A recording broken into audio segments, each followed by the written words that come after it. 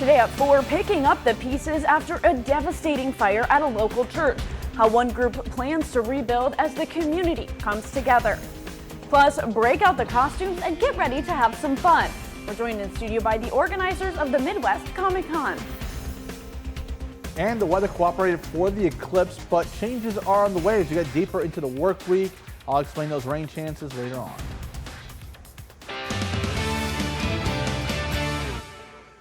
Thanks for joining us at 4. First up, the solar eclipse has come and gone, but that doesn't mean that the fun has stopped. WAND's Karen Eisert and Phil Collins were in Carbondale when the eclipse hit its peak. They have a look at today's festivities. New details for you tonight at WAND News at 4. We now know the name of a 16-year-old boy shot and killed in Decatur on Saturday morning. Police were called to the 600 block of West William Street at around 2:15 a.m. There they found 16-year-old Tremaine Bass with a gunshot wound to the torso. He was taken to the hospital where he died from his injuries. Police say Bass was accidentally shot when a friend was handling a gun. 18-year-old Jaden Mishnowitz was arrested and charged with involuntary manslaughter. And one woman is dead after a crash in Springfield. It happened on East Lakeshore Drive yesterday afternoon. Details are still limited, but the Sangamon County coroner says a 56-year-old woman from Wood River was a passenger in a vehicle that was part of the crash. She died at the hospital. We will keep you updated as we learn more.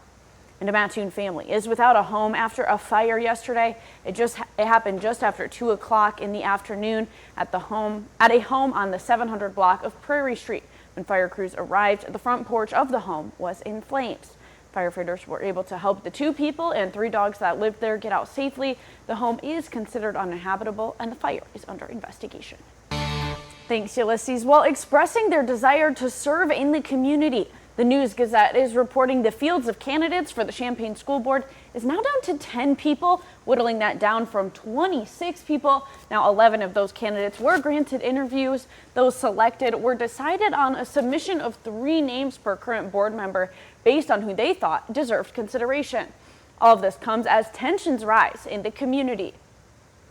And 2 key U.S. lawmakers said on Sunday that they struck a draft bipartisan data privacy bill, which would restrict consumer data that technology companies can collect and give Americans the power to prevent selling of personal information or ask for it to be deleted. The agreement would give individuals control over use of their personal information and require disclosure if data has been transferred to foreign adversaries. The bill does not ban targeted advertising, but gives consumers the ability to opt out of it.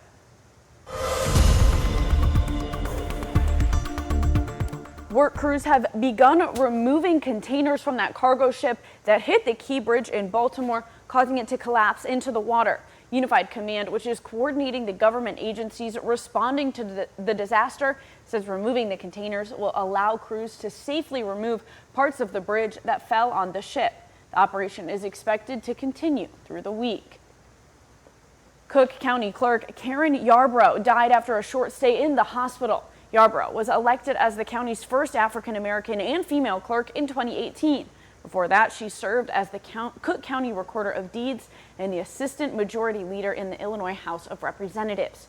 Governor J.B. Pritzker called Yarbrough a devoted public servant who led a life full of incredible impact for the people of Illinois. She was 73 years old. And building from the ashes, Victory Church in rural Bloomington is preparing to return. This comes after a devastating fire more than 2 years ago. Gianna Zhao shows us the rebuilding plans. That was Gianna Zhao reporting, and the church is expected to reopen this summer. Well, still to come on WAND News at 4, getting behind the wheel could soon be a thing of the past. The newest industry moving away from people and more towards AI. Plus, getting ready to geek out. We're joined live in studio with the organizers of the Decatur Comic-Con. What you can expect to see at the event when WAND News at 4 returns in just a few minutes.